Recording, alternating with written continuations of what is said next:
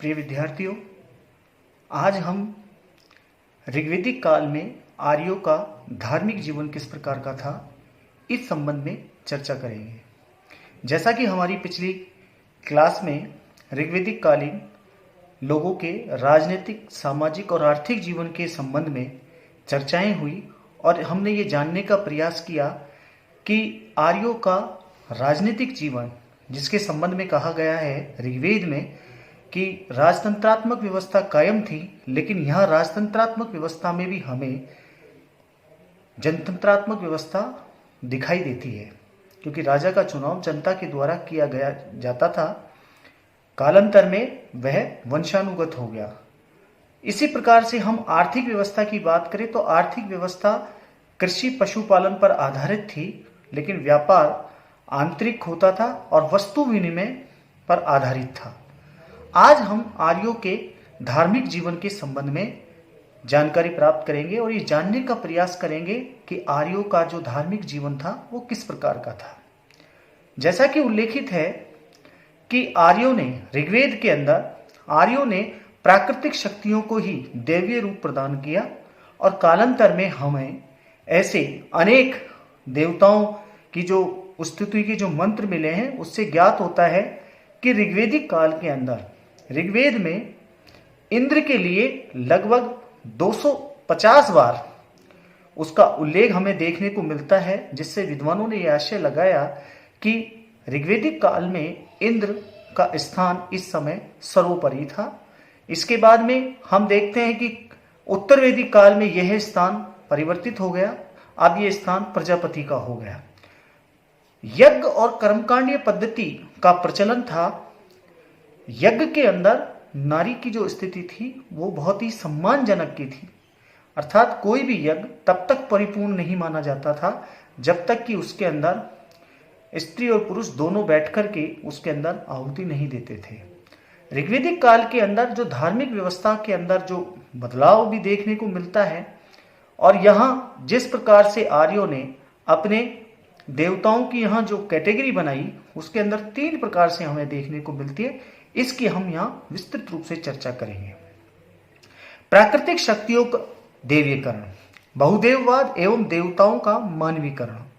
ऋग्वैदिक आर्य प्रकृति की चमत्कारिक एवं रहस्यमयी शक्तियों से विस्मित एवं मुग्ध थे।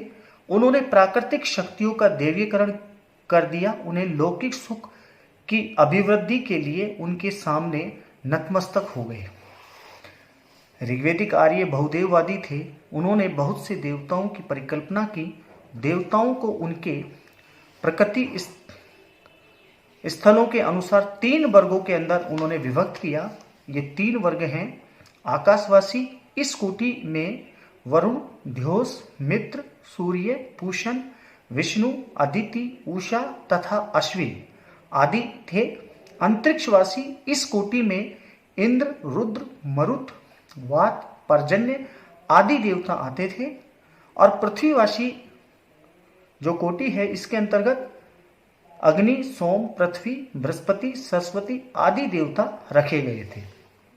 आर्यों के सरल हृदय ने देवी देवताओं की परिकल्पना मानव के रूप में ही की।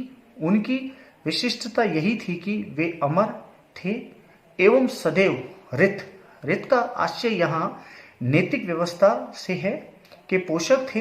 देवताओं को ऋत का रक्षक, गोपा, ऋतस्य कहा गया है। ऋत से अभिप्राय नैतिक नियम एवं व्यवस्था से है। ऋग्वैदिक आर्यों के देवमंडल में सबसे प्रमुख इंद्र जान पड़ते हैं। ऋग्वेद में सबसे अधिक मंत्र, जिसकी अभी हमने चर्चा की, इसी देवताओं की स्तुति में मिलते हैं। वरुण जल के देवता हैं और सृष्टि में नैतिक व्यवस्थाओं के नियामक हैं। अग्नि मनुष्य और देवताओं के बीच मध्यस्थ है। कहने का मतलब कि अग्नि को यहाँ संदेशवाहक के रूप में प्रस्तुत किया गया है, यानी कि देवताओं तक संदेश ले जाने का कार्य अग्नि के द्वारा किया जाता था। वे यज्ञ में अर्पित सामग्री को स्वीकार करके देवताओं को पहुंचाते। सोम को भी यहाँ देवता माना गया है। सूर्य, विष्णु, रुद्र, पृथ्वी, मरुत, पर्जन्य, पर्जन्य का मतलब बादल, बृहस्पति आदि अन्य देवताओं का उल्लेख भी मिलता है। पुरुष देवताओं की तुलना में स्त्री देवताओं की संख्या यहाँ कम है। इनमें उषा और अदिति प्रमुख थी। सिंधु और सरस्वती नदियों को भी देवी रूप में देखा गया। अब यहाँ पर जो आर्यों के द्वारा जो स्तुति और आराधना किस प्रकार से की जाती थी देवताओं की, उसके संबंध में जो बात कही गई है उसके बारे में यहाँ चर्चा करेंगे। ऋग्वेदिक आर्य देवताओं को स्तुति एवं यज्ञ से प्रसन्न करने का प्रयास करते थे। अपने देवताओं से वे मोक्ष की कामना नहीं करते थे। ऋग्वेद की स्तुतियों में 7 वर्षीय आयु, पुत्र, धन्य धान्य और विजय की कामना है। स्तुति विधि अति सरल थी। प्रत्येक देवता के लिए भिन्न भिन्न ऋचाएं थी। ऋग्वेदिक आर्यों के यज्ञ भी सरल होते थे। सामान्यतः यज्ञ कार्य प्रत्येक व्यक्ति अपने लिए स्वयं करता था। बाह्य विधानों की अपेक्षा मंत्रों की सहायता से ही यज्ञ करना अच्छा समझा जाता था। यज्ञ अग्नि में घी, दूध, धान्य अथवा मांस की आहुति देकर किए जाते थे। कुछ जटिल भी एवं खर्चीले यज्ञों का उल्लेख ऋग्वेद में आता है, जो प्राय राजाओं और धनी व्यक्तियों के द्वारा किए जाते थे। ऋत की अवधारणा। ऋत की अवधारणा ऋग्वेदिक चिंतन की सर्वोच्च कल्पना है। प्रकृति या ब्रह्मांड की अवस्था, उसके क्रय नियम, सूर्य, चंद्र, नक्षत्र तथा ऋतुओं की नियमित गति एवं आवृत्ति ऋत के ही कारण है। यही ऋत नैतिक जगत की व्यवस्था का भी नियामक है। ऋत के अतिक्रमण से प्राय अमृत का उदय होता है। ऋत का मार्ग ही सदाचार का मार्ग है।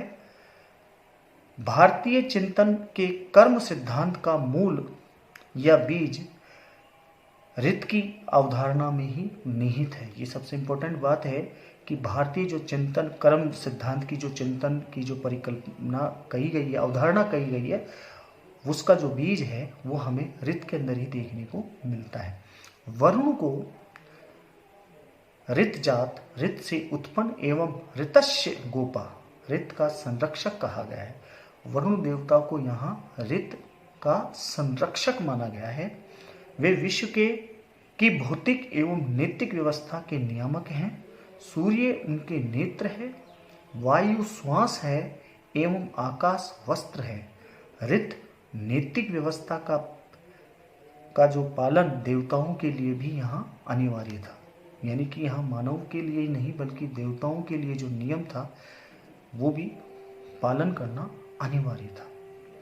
अब यहाँ पर हम देखते हैं कि आर्यों ने जो अपने यज्ञिक कर्मकांडों की यहाँ बात की और अपने ऐशो आराम या धन्य दान से परिपूर्ण होने के लिए उन्होंने विभिन्न देवताओं की यहाँ स्तुति की जो बात की और जिसका उल्लेख ऋग्वेद के अंदर मिलता है। यहाँ ऋग्वेद में परलोक संबंधी जो विचार है वो किस प्रकार से बताए गए। ऋग्वेद में मोक्ष का उल्लेख नहीं है। सबसे महत्वपूर्ण बात यहाँ हमें ये देखने को मिलती है कि जिससे विदित होता है कि मोक्ष यानी कि भव चक्र से मुक्ति की अवधारणा का इस काल में प्रतिपादन नहीं हुआ था। लेकिन ऋग्वेद में आत्मा की अमरता का संकेत है। ऋग्वेद के एक सूक्त में उल्लेख है कि यह कल्याणकारी आत्मा स्वयं अमर है पर मरणशील शरीर में निवास करती है। ऋग्वेद के एक अन्य मंत्र में मृतक की आत्मा से यह प्रार्थना की गई है कि वह जिस भी सुदूर स्थल पर भ्रमण कर रही हो लौट आए, किंतु ऋग्वेद में पुनर्जन्म की अवधारणा का कोई स्पष्ट संकेत नहीं मिलता। दूसरी जो महत्वपूर्ण बात यहाँ बताई गई है, पहली यहाँ मोक्ष की अवधारणा का कोई हमें संकेत नहीं मिलता। दूसरा यहाँ पर पुनर्जन्म की जो अवधारणा है इसका भी कोई यहाँ स्पष्ट संकेत देखने को नहीं मिलता। ऋग्वेद में परलोक संबंधी विचार मिलते हैं। मृत्यु के बाद पुण्य कर्मा मनुष्य आनंद पूर्वक स्वर्ग में रहता है, ऐसी परिकल्पना की गई है। ऋग्वेद में स्वर्ग का बड़ा सुंदर वर्णन है। अमृत लोक में ज्योति निरंतर चमकती रहती है, वहां आनंद है, मोक्ष, उल्लास है, वहां पर सब कामनाओं की संतुष्टि है, तृप्ति है। ऋग्वेद में यम को पितृलोक का अधिपति कहा गया है। एक स्थल पर देवयान और पितृयान का भी उल्लेख मिलता है। ऋग्वेद में नरक की स्पष्ट धारणा नहीं है, लेकिन पापियों को दंडित किए जाने का उल्लेख है। ऋग्वेद में एक स्थल पर कहा गया है कि वरुण पापियों को गहरे गड्ढे में ढकेल देते हैं। वरुण देवता की स्तुति में पाप के लिए क्षमा याचना का भाव दिखाई देता है। ऋग्वेद का कथन है कि ऋतवान एवं धृतव्रत होने के कारण वरुण पापियों के प्रति भी सहृदय हो जाते हैं और उन्हें क्षमा प्रदान करते हैं। इससे विदित होता है कि ऋग्वेदिक आर्य पाप के भार एवं उससे मुक्ति के भाव से सर्वथा परिचित थे। तो इस प्रकार से हम यहाँ देखते हैं कि मोक्ष और पुनर्जन्म का तो कोई हमें यहाँ स्पष्ट उल्लेख या संकेत देखने को नहीं मिलता, लेकिन यहाँ स्वर्ग की जब परिकल्पना तो की है, लेकिन नरक के बारे में हमें यहाँ देखने को नहीं मिलता। ऋग्वेद के अंदर ऐसा कोई उल्लेख नहीं मिलता, लेकिन पापियों के दंड की जो विधान है या उसकी जो व्यवस्था है वो यहाँ देखने को अवश्य मिलती है। अब हम बात करेंगे एकेश्वरवाद एवं परम तत्व में विश्वास। एकेश्वरवाद और परम तत्व में विश्वास की जब बात करते हैं, ऋग्वेदिक आर्य बहुदेववादी थे, लेकिन ऋग्वेद में कुछ उल्लेखों से ऐसा विदित होता है कि बहुत से देवताओं के ऊपर उन्होंने अनंतो गत्वा एक ईश्वर, एकेश्वरवाद और एक परम निर्गुण तत्व का साक्षात्कार किया है और इन सभी देवताओं को उस एक तत्व या ईश्वर का प्रतिनिधि माना है। ऋग्वेद के प्रथम मंडल में ये उल्लेख है कि सत्य एक ही है। विद्वान उसे अनेक नाम से पुकारते हैं, जैसे अग्नि, यम, मातृश्रवा, अग्नि, यम।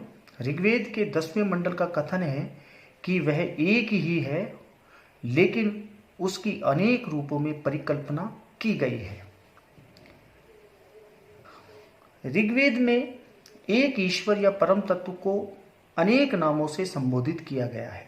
विश्वकर्मा, प्रजापति या हिरण्यगर्भ या विराट पुरुष। ऋग्वेद के हिरण्यगर्भ प्रजापति सूक्त में आध्यात्मिक एकेश्वरवाद का प्रतिपादन किया गया है। इस सूक्त के अनुसार हिरण्यगर्भ स्वर्णबीज जो है देवताओं के ऊपर देव है और सर्वश्रेष्ठा है, वह ही एकमात्र उपास्य है। मृत्यु और अमरता उसी की छाया है। वे सर्व महान देव है। उन्होंने पृथ्वी और ध्रुवलोक को धारण किया है। ऋग्वेद के पुरुष सूक्त का कथन है कि इस पुरुष के एक पाद यानी कि अंश से ही सारी सृष्टि व्याप्त है। उसके शेष 3 पाद इस विश्व के पार अमृत स्थिर है। ऋग्वेद के नास्तीय सूक्त में परम तत्व के निर्गुण रूप की झलक मिलती है। सृष्टि के आदि काल में न सत्य था, न असत्य, न वायु, न आकाश, न मृत्यु थी, न अमरता, न रात थी, न दिन। उस समय केवल वही एक था जो वायु रहित स्थिति में भी अपनी शक्ति से सांस ले रहा था। उसके अतिरिक्त कुछ नहीं था।